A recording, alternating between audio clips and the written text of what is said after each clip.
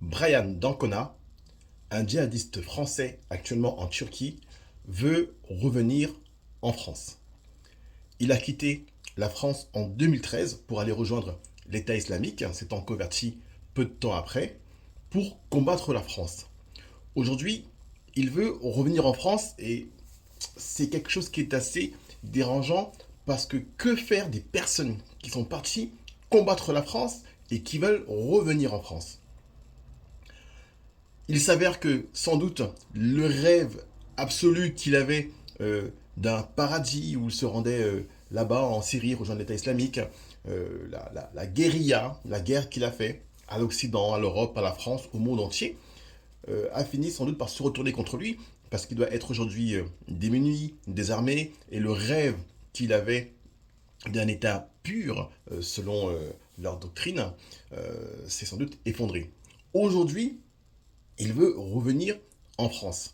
Il s'est présenté à l'ambassade de France avec sa fille française, puisqu'il s'est marié là-bas également avec une française reconvertie. Et il y a eu une fille avec lui. Donc c'est vrai que c'est quand même quelque chose qui interroge ce retour en France, qui pour lui est déjà un aveu d'échec, très honnêtement. Et en plus, ça pose problème sur que faire d'un djihadiste, quelqu'un qui a voulu anéantir la France et qui aujourd'hui se dit vouloir revenir en France. Alors il est vrai que sa mère est plutôt pour son retour, chose qu'on peut comprendre, une mère veut toujours voir son fils auprès de lui. Mais très honnêtement, moi, à titre personnel, je suis plutôt contre ce type d'idée.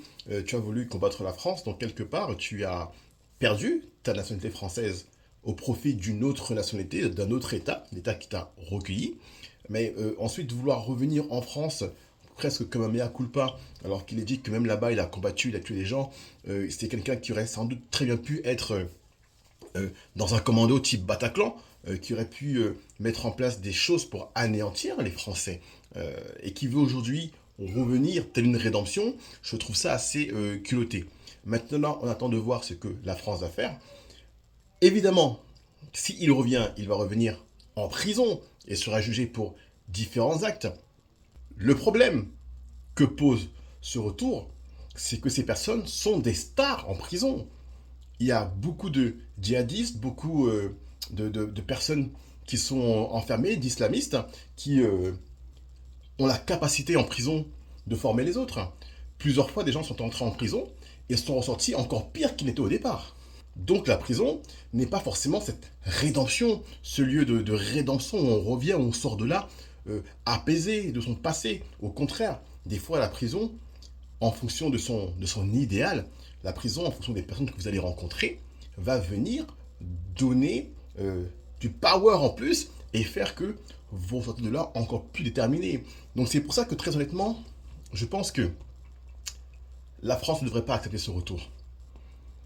Une personne qui part, qui est partie combattre la France et qui veut revenir, pour moi, elle doit être déchue de sa nationalité d'une manière ou d'une autre et le laisser là où il est. Encore une fois, en prison, il sera encore plus fort parce que faut pas croire que s'il veut rentrer en France, c'est pas parce qu'il a mis fin à son idéal. Il va poursuivre son idéal d'une autre manière, avec d'autres moyens. Donc, je ne sais pas ce que vous en pensez, mais voilà, si chez vous, quelqu'un a combattu votre famille, a salé votre maison, je suis pas sûr que vous allez de nouveau l'accueillir. Et je pense que la France devrait se comporter de la même manière. Ciao.